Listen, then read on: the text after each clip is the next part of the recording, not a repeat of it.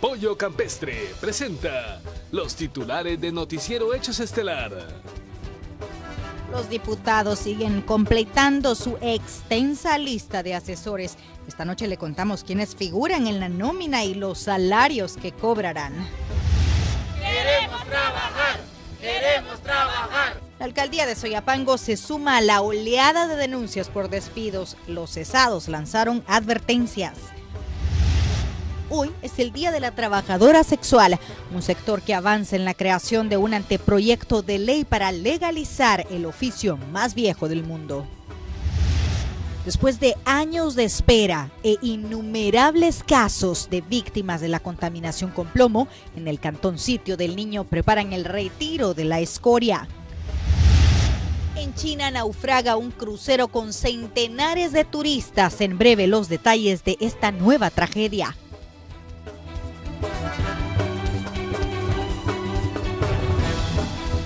¿Qué tal? Buenas noches. A la controversia por sus viajes y bonos adelantados, hoy se suma la cantidad de asesores que tiene cada uno de los diputados. Y no solo eso, también se han conocido sobre el salario que cobran y de quiénes se trata. Somos Elida Magaña y Roxana Webb y con esto comenzamos.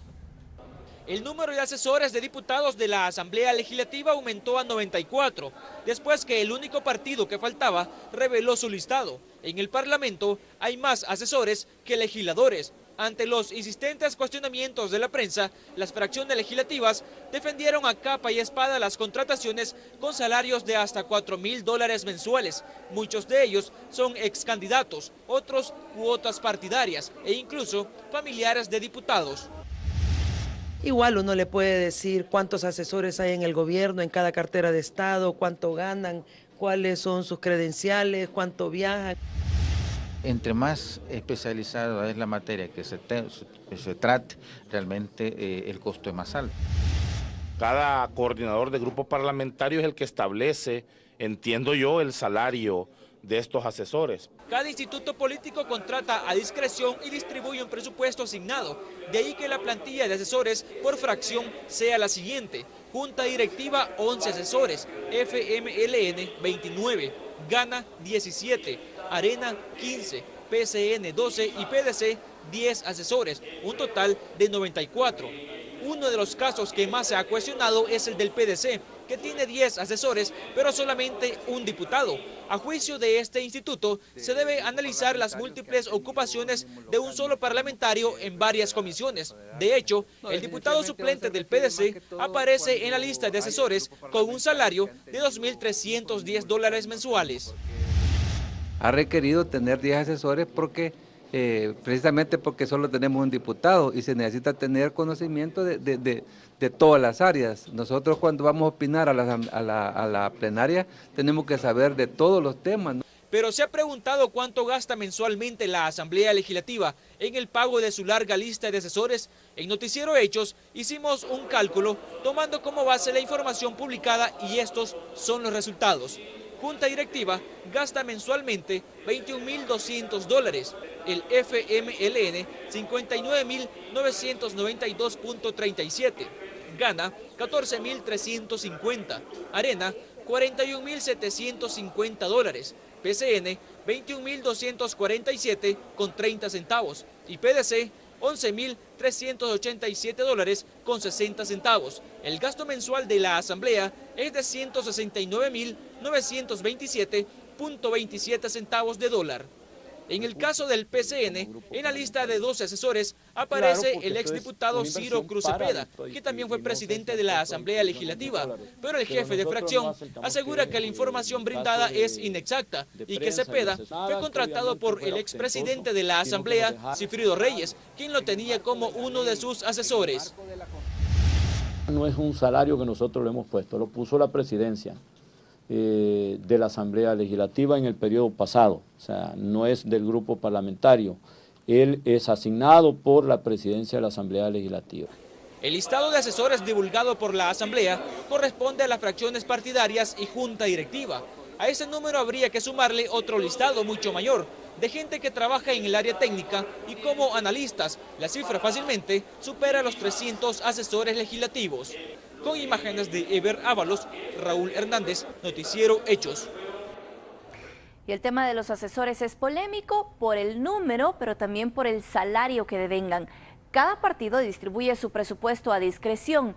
El asesor mejor pagado de las fracciones es Guillermo Huelman del partido Arena con $4,000, seguido por Néstor Mengíbar, asesor de la presidencia con $3,700.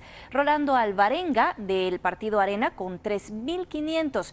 En el FMLN el asesor con mayor remuneración es Salvador Arias, el exdiputado con un salario de $3,566.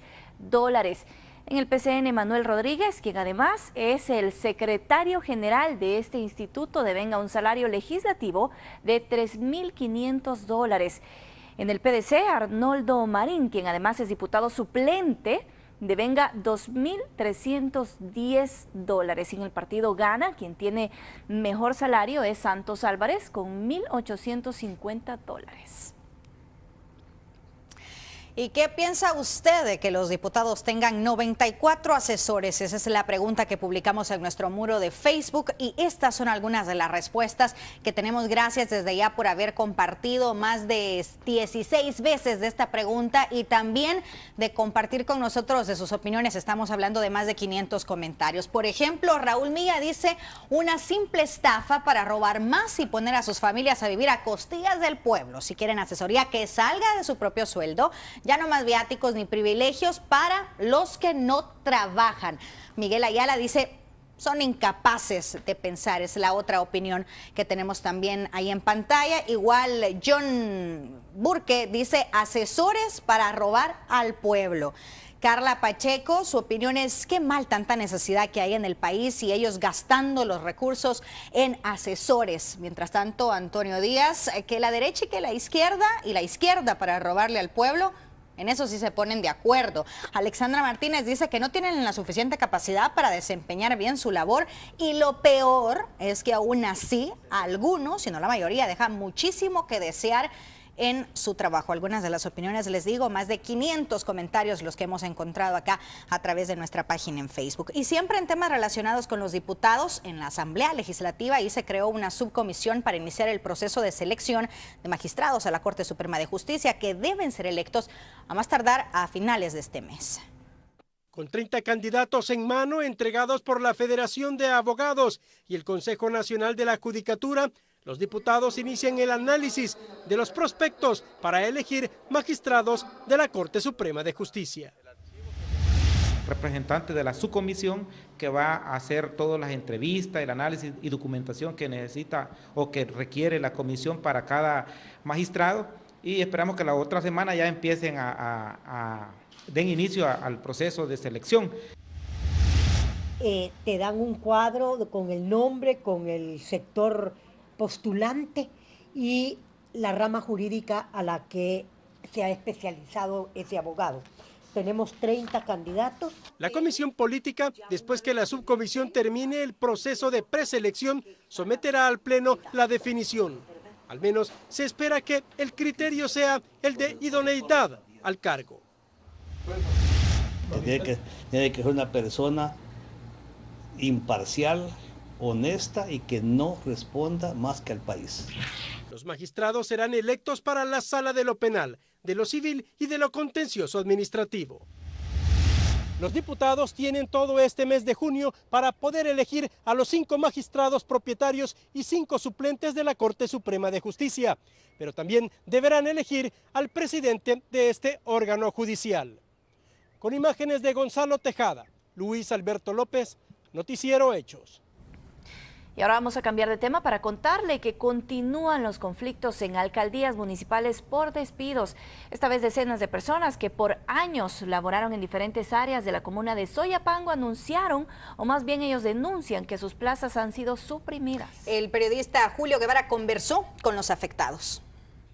Queremos trabajar, queremos trabajar. Es la petición de este grupo de personas a quienes las puertas de su trabajo literalmente les fueron cerradas.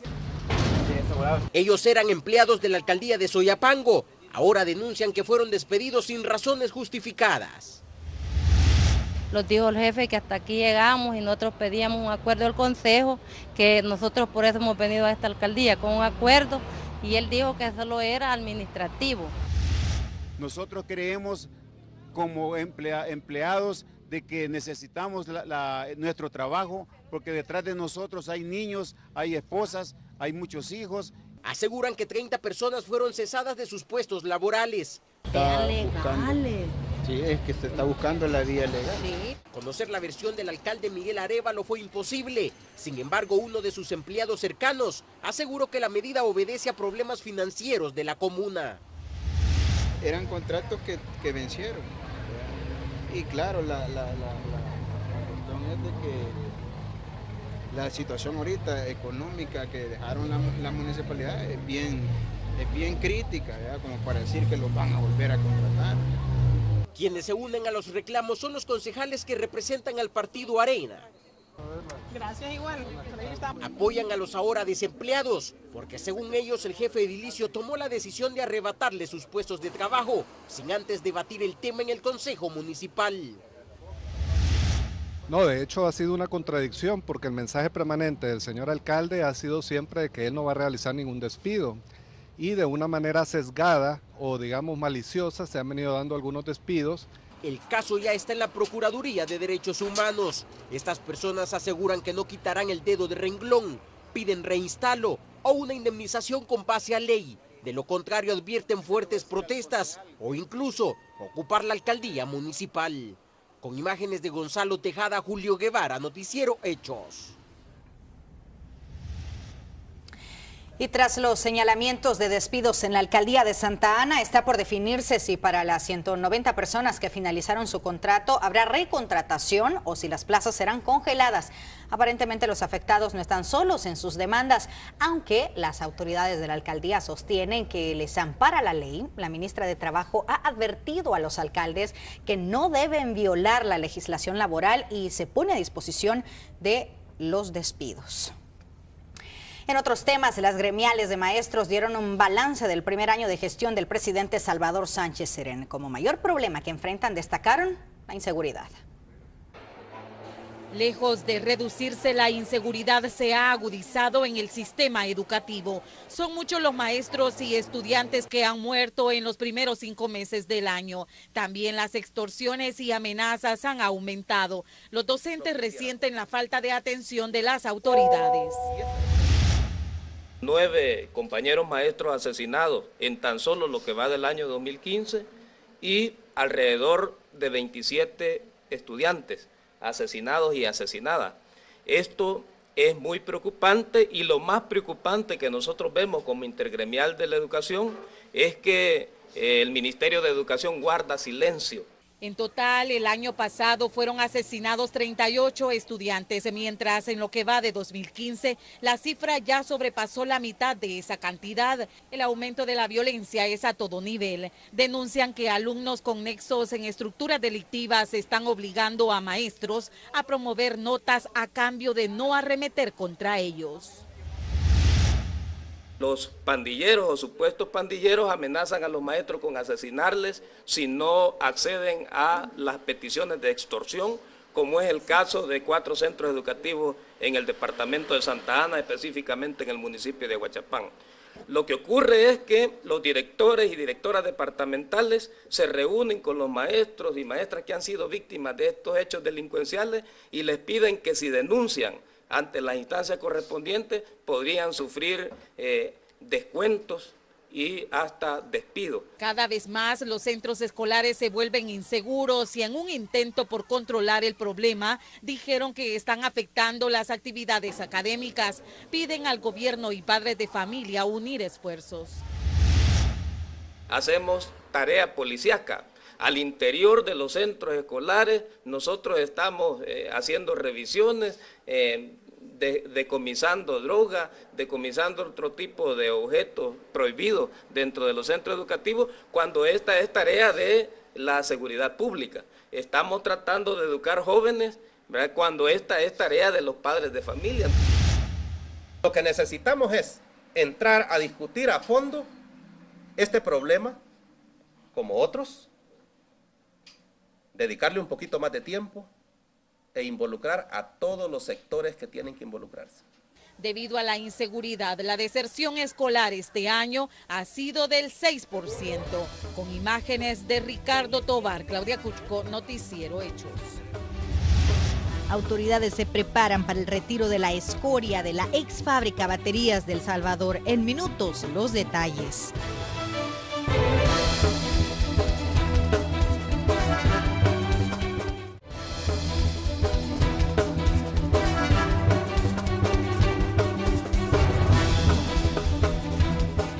Gracias por continuar en sintonía de Noticiero Hechos. El Ministerio de Medio Ambiente ha iniciado el proceso para retirar la escoria de plomo de la ex fábrica Baterías de El Salvador en el cantón Sitio del Niño.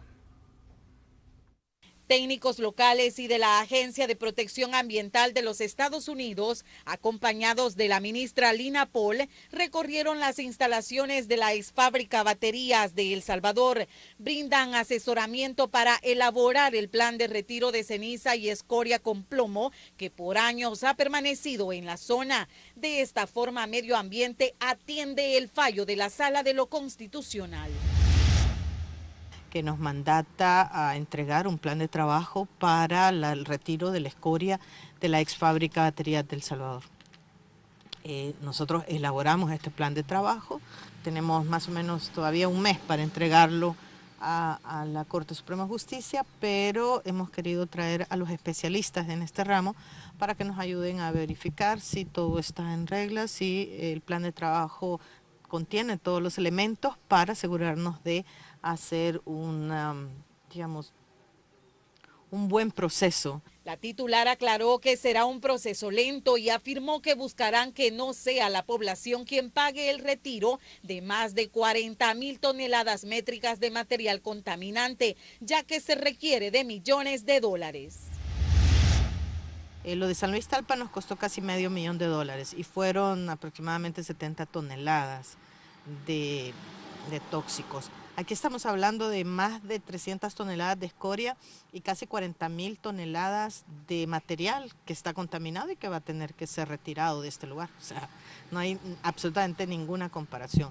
Esto es un proceso que tiene que ir poco a poco, ya nos lo decían los personeros de la EPA. No te pienses que va a ser unos camiones que se van a llevar todo, es un proceso que va a ir gradualmente, pero que tenemos que empezar lo antes posible. Dijo que el traslado de escoria con plomo será llevado a licitación con empresas internacionales.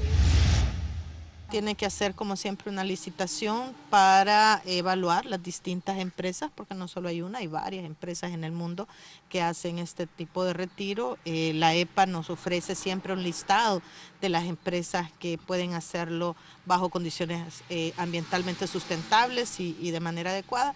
Desde que fue clausurada la explanta Baterías de El Salvador en 2007, la escoria quedó en su interior y se encuentra embalada. Esta zona continúa bajo emergencia ambiental debido a los daños causados por el plomo a decenas de personas, animales y cultivos.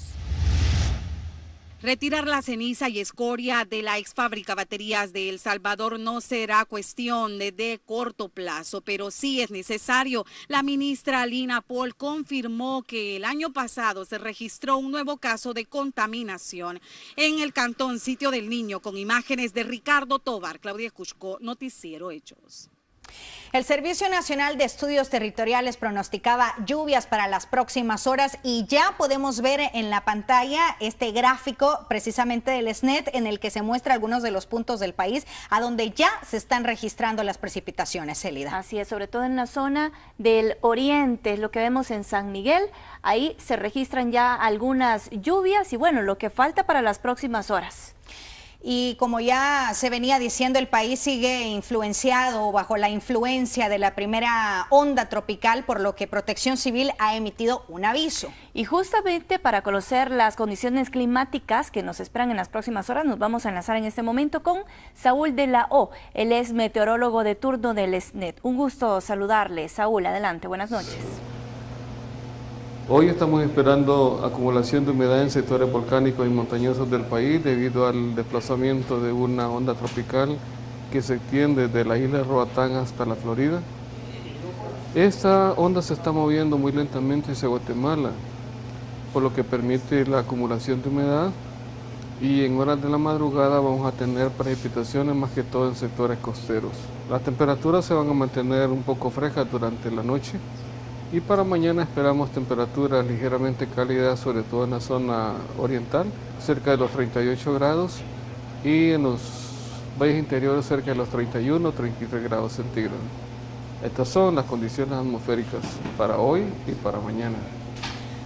Ok, muy bien, gracias por el reporte, para que usted, amigo televidente, tome nota y también preste atención a lo siguiente, porque las autoridades también prevén un nuevo oleaje. Para que usted sepa para cuándo y dónde, aquí se lo presentamos. Este fue el oleaje que afectó las costas salvadoreñas a inicios de mayo, y las autoridades de medio ambiente informaron que el fenómeno podría repetirse este fin de semana. El sábado 6 y domingo 7 de junio, las olas serán irregulares. Es por eso que también se pidió a la población estar atenta de las recomendaciones.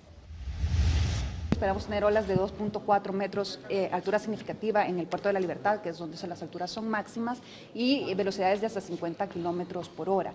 Estos fenómenos son fenómenos bastante frecuentes. Un oleaje fuerte al cual tienen que estar atentos todas las comunidades que viven en la zona costera, sobre todo por la fragilidad en la que se encuentran. Medio Ambiente informó a los alcaldes de 29 municipalidades costeras los efectos del pasado oleaje y el uso debido del suelo de la franja costera. El documento detalla las características del terreno. Además, recomienda no construir en zonas próximas al mar, respetar el ecosistema y atender las recomendaciones. Con esta información, se espera minimizar los efectos de las olas. Información que nosotros tengamos pueda llegar a los lugares donde se necesita y sean los alcaldes y las alcaldesas quienes lleven la información a sus comunidades y logremos movilizar a tiempo. El pasado fenómeno afectó municipios como Acajutla en Sonsonate y San Francisco Menéndez en Aguachapán, lugares donde aún se tienen personas en albergues, informaron los ediles de estos lugares. Buscan la posibilidad de adquirir terrenos para trasladar a las personas a estos lugares o ayuda de organismos nacionales e internacionales. 47 champitas fue casi todas totalmente devoradas, igualmente en el caso de Metalillo, casi anda por la misma cantidad. La alcaldía lo único tratamiento que ha llevado es, bueno, tuvimos mucha gente envergada, y la alimentación. Alrededor de 150 familias albergadas y tenemos un detalle ya total en donde hay 145 viviendas destruidas totalmente. Hay una cantidad de viviendas similar que son destruidas parcialmente. Se considera que en la zona costera del país habitan 2.500.000 personas, representando el 43% de toda la población del país. De ahí la importancia de tomar medidas para evitar riesgos con estos fenómenos. Con imágenes de Eber Ábalos, Raúl Hernández, Noticiero Hechos. 400.000 paquetes agrícolas es lo que el Ejecutivo se proyecta entregará a lo largo de este 2015. La época de siembra apenas inicia, pero el Ministerio de Agricultura espera que este año la cosecha sea abundante.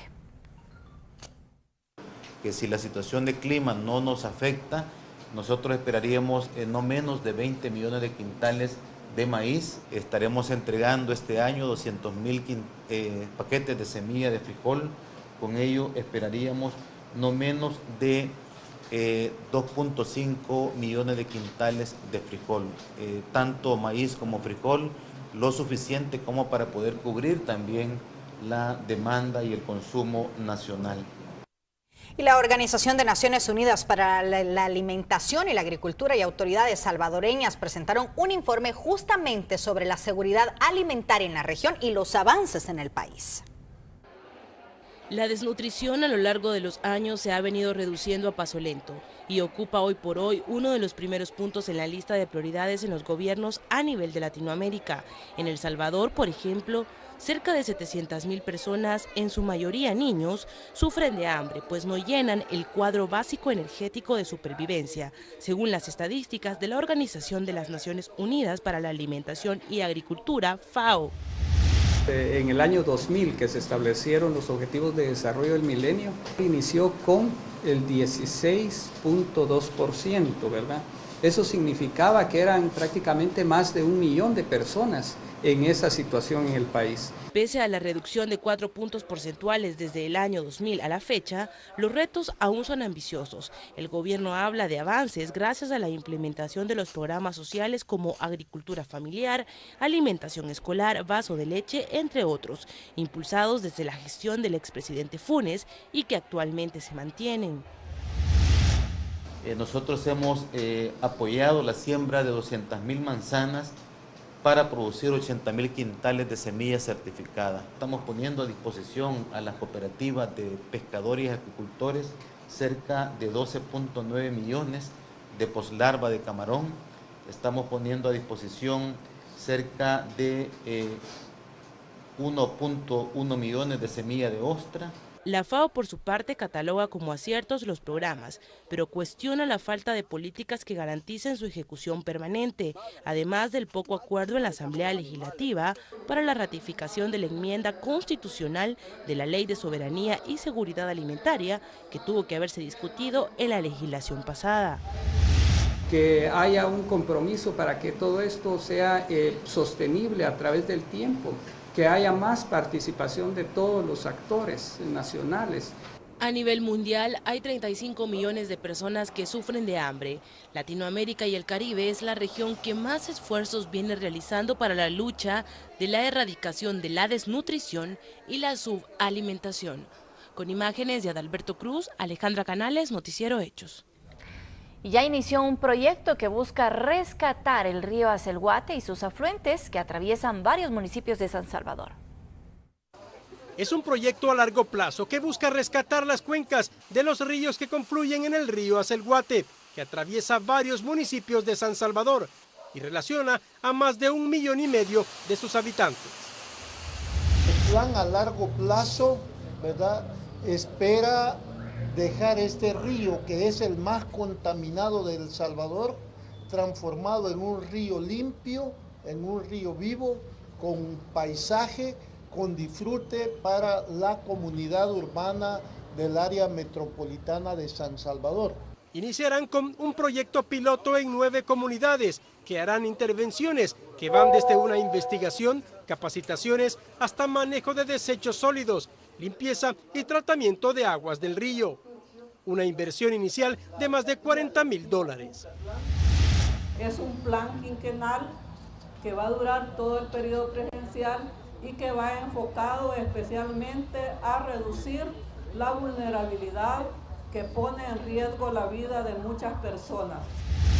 Este es un proyecto de alta envergadura, ¿no? Y pienso que independientemente de del gobierno de turno que esté presente, es un proyecto es un proyecto estratégico que requiere el concurso y digamos el apoyo de todos los sectores. Una iniciativa que también incluye la participación de las municipalidades, el sector privado, cooperación internacional y la comunidad. Podemos trabajar, hay que trabajar con nuestros hijos. Que tiene mucha importancia porque acuérdese que si el río se mantiene sucio hay muchas enfermedades para tantos niños que hay en la comunidad. Este es un ambicioso proyecto de largo plazo, pero que se espera que las actuales y futuras generaciones den seguimiento para concretar ese sueño de rescatar el río Acelguate. Con imágenes de Gonzalo Tejada, Luis Alberto López, Noticiero Hechos. En minutos se reporta una captura por el asesinato del hijo del cómico salvadoreño Aniceto Porcisoca.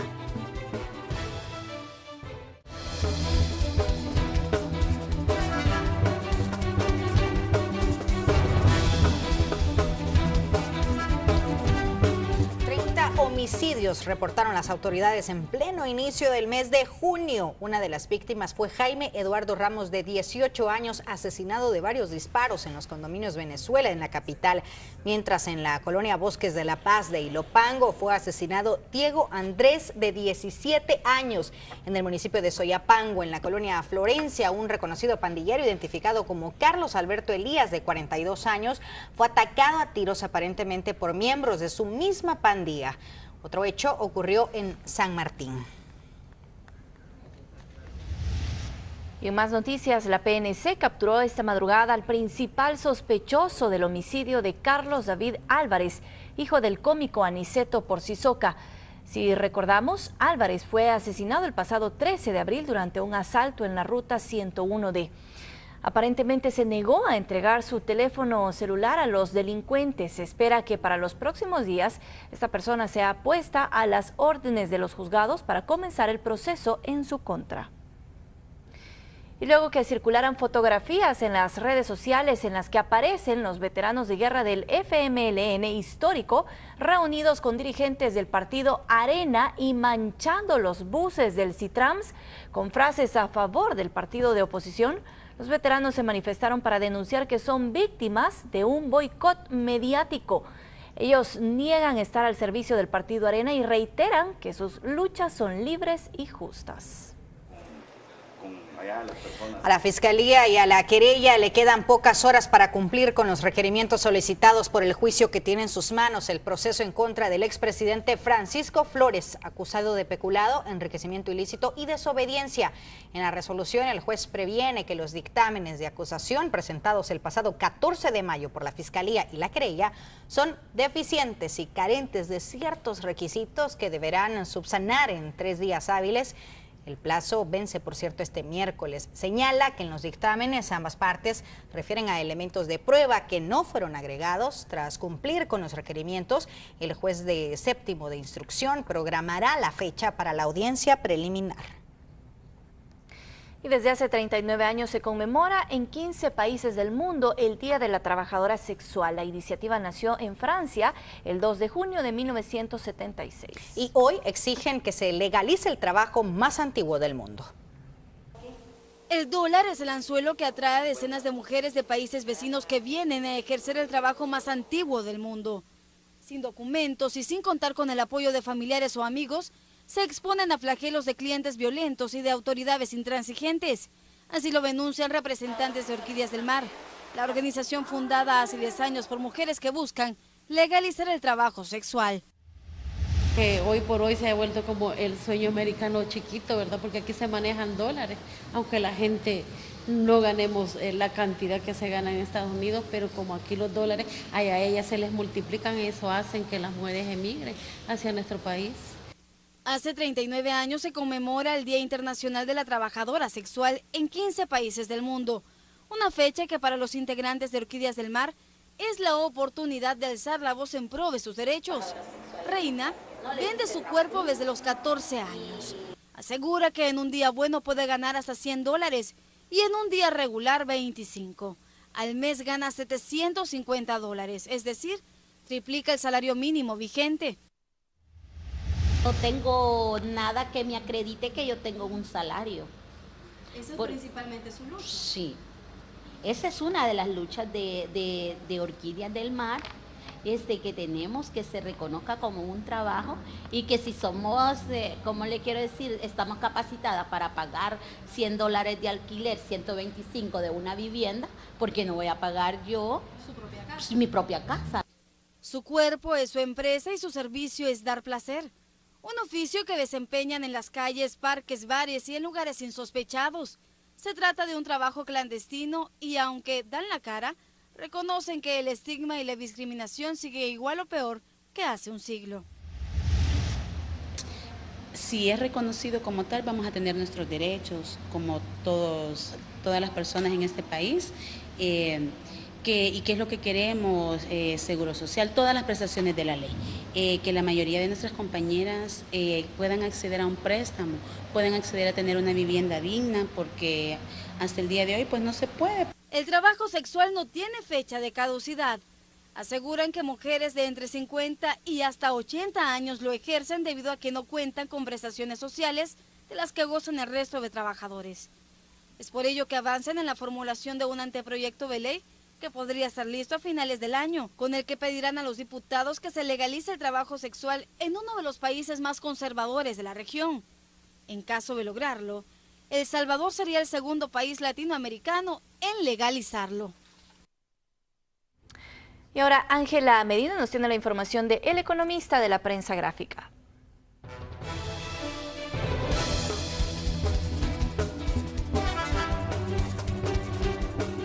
Buenas noches, a continuación las noticias más destacadas desde la sala de redacción de El Economista.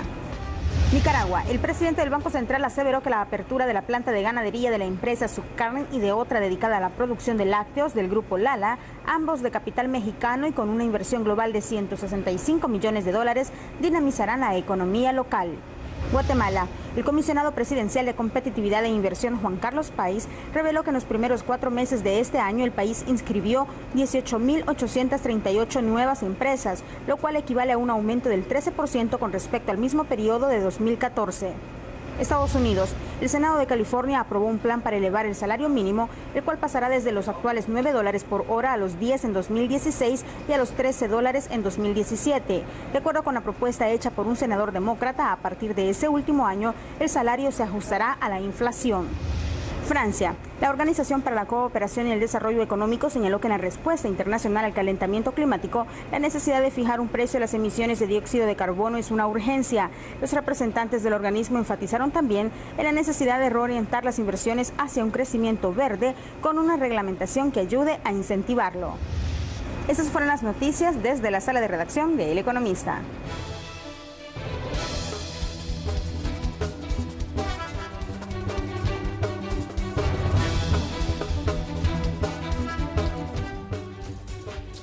Más eficiente y dinámico, el nuevo Porsche Cayenne.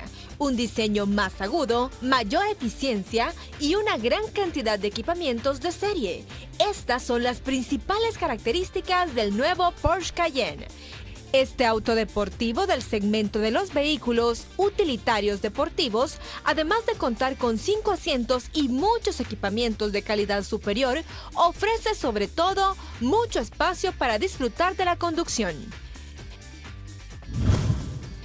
En el marco de la tercera Semana Global de Seguridad Vial impulsada por las Naciones Unidas, Industrias La Constancia, junto con las otras 6 empresas subsidiarias de South Miller en Latinoamérica, anunció la iniciativa del programa regional Por un Buen Camino, con el firme compromiso de contribuir a soluciones para mejorar la seguridad vial.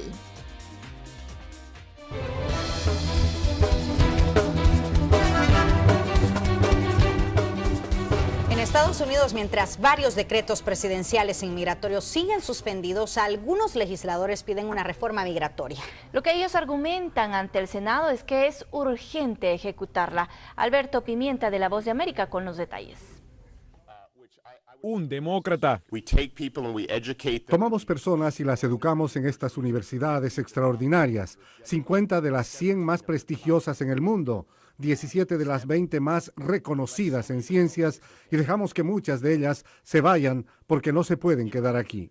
Y un republicano. Si utilizamos recursos estadounidenses para educar a estas personas de todo el mundo, sería bueno si estuviesen aquí innovando y creando empleos. En un Congreso dividido, 2 legisladores de partidos diferentes sorpresivamente de acuerdo en que hay que retener a inmigrantes calificados. Ambos legisladores también aseguraron que reformas al sistema inmigratorio de Estados Unidos son vitales para el mejoramiento de la economía del país. Uno de los caminos para reforzar el crecimiento económico es acoger una estrategia de inmigración con visión de futuro que permita más visas, más tarjetas verdes, que más empresarios se desempeñen en nuestra economía, que creen trabajos. Sin embargo, las diferencias existen. Delaney quiere una reforma integral, mientras que Johnson quiere cambiar el sistema por partes y reforzar más la frontera sur. En lo que sí están de acuerdo es en que para que Estados Unidos pueda tener un lugar en el competitivo campo de la economía mundial, el sistema inmigratorio debe cambiar. Quiero las mentes más brillantes trabajando en mi negocio. No quiero que la gente inteligente trabaje con mi competidor. Quiero que trabaje en el mío, y lo mismo debería ser para la economía de un país. La probabilidad de que esto suceda es baja. Una reforma está estancada en el Congreso y los decretos presidenciales de Barack Obama están suspendidos mientras son analizados por una corte de apelaciones tras una demanda republicana. El desacuerdo entre ambos partidos deja el tema en un punto muerto. Alberto Pimienta, para La Voz de América. Nos trasladamos a Ecuador. Estas impresionantes imágenes fueron captadas en el momento justo en el que la lava del volcán Wolf llegó al mar. El volcán está ubicado en la isla Isabel, en la provincia de Galápagos, una de las regiones más importantes para investigaciones. El proceso de erupción del Wolf inició el pasado 25 de mayo, después de permanecer 33 años inactivo. Sudamérica es azotado por un fuerte temporal. En Chile, las autoridades declararon alerta amarilla en algunas provincias por las tormentas registradas en los últimos 3 días. Decenas de familias han resultado afectadas por la acumulación de agua que ha provocado grandes inundaciones. Por el momento, al menos 6.000 hogares se encuentran sin energía y otros 1.200 sin suministro de agua potable debido a la emergencia. El Servicio de Meteorología indicó que se esperan más precipitaciones para el próximo jueves. Y en China, rescatistas trabajan para encontrar a los más de 400 pasajeros de un crucero que se hundió en el río Yangtze. Betty Janet Endara, de La Voz de América, nos amplía. Los buzos sacaron el martes a 3 personas con vida del interior de un barco crucero que se hundió y continuaron buscando otros sobrevivientes, dijeron medios estatales, dando alguna pequeña esperanza ante una tragedia aparentemente enorme con más de 400 personas que siguen desaparecidas en el río Yangtze. Familiares de algunos de los cientos de pasajeros a bordo del crucero chino hundido expresaron su enojo este martes porque no se les está dando información sobre qué pasó con el barco y sus seres queridos. Quiero registrar mi queja. No pueden misteriosamente mantenernos aquí y no darnos una explicación. Tienen que publicitar los eventos, no pueden esconderlos. Es simple como eso. Deben encararnos con estas cosas porque somos los familiares. Nuestros familiares están a bordo, así que pueden entender nuestros sentimientos cuando solo nos dejan aquí.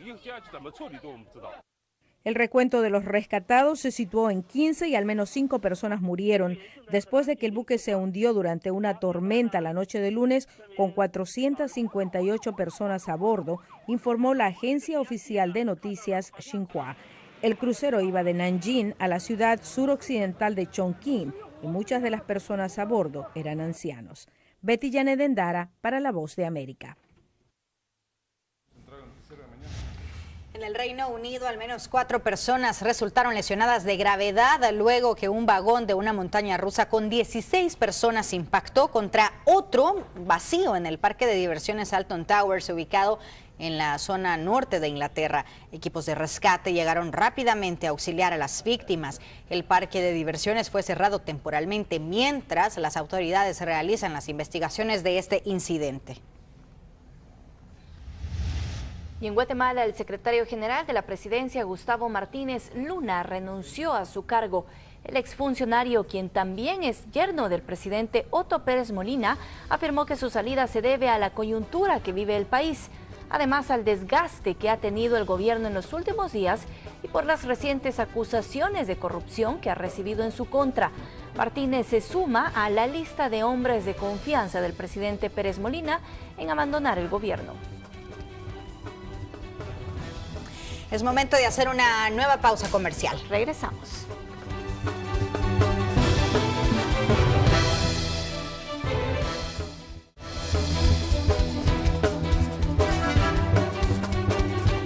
Vamos a un adelanto de los deportes. Con Carlos Artiga. Un gusto saludarte, Carlos. Un gusto saludar a las compañeras. ¿Cómo les va? Buenas noches, ¿cómo están? Muy bien, Carlos. Buenas noches para ti.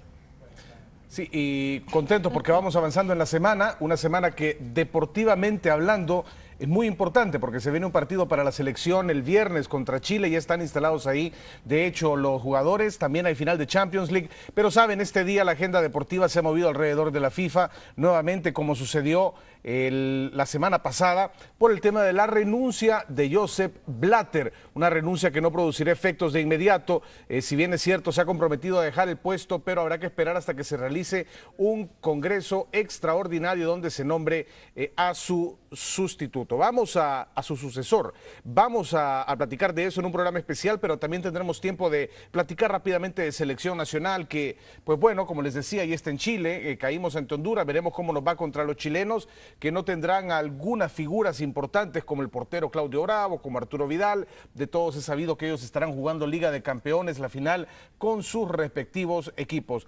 Ese es uno de los tantos temas que traemos para conversar en unos cuantos minutos con Ismael Nolasco. Nos acompaña Elisa Hernández también, y tenemos un invitado especial, amigo de la casa, y ha estado con nosotros en ocasiones anteriores, ya le vamos a contar de quién se trata.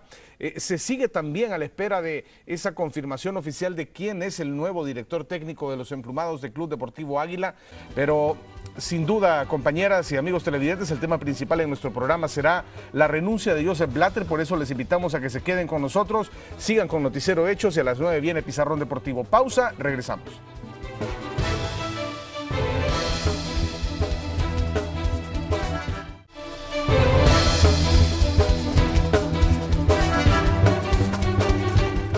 Vamos a finalizar hablando de psicodelia al ritmo de la tecnología. Ya va a ver usted las imágenes, los japoneses que pues muchas veces son señalados como un pueblo que lleva la tecnología a niveles surrealistas, y un grupo de baile que se presentó en el reality show América Tiene Talento parece confirmar esa idea.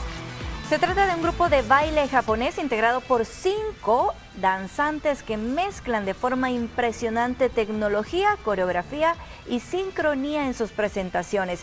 El efecto logrado es la de una psicodelia propia de un videoclip editado. El público tenía la idea de que había 15 bailarines en escena, pero en realidad eran solamente 5. Japón y tecnología parecen ser sinónimo. El espectáculo dejó a todos impresionados y no es para menos. Y con este espectáculo nosotras nos vamos a despedir. Recuerde que nos vemos mañana a las 8 de la noche. Aquí lo esperamos. Bendiciones.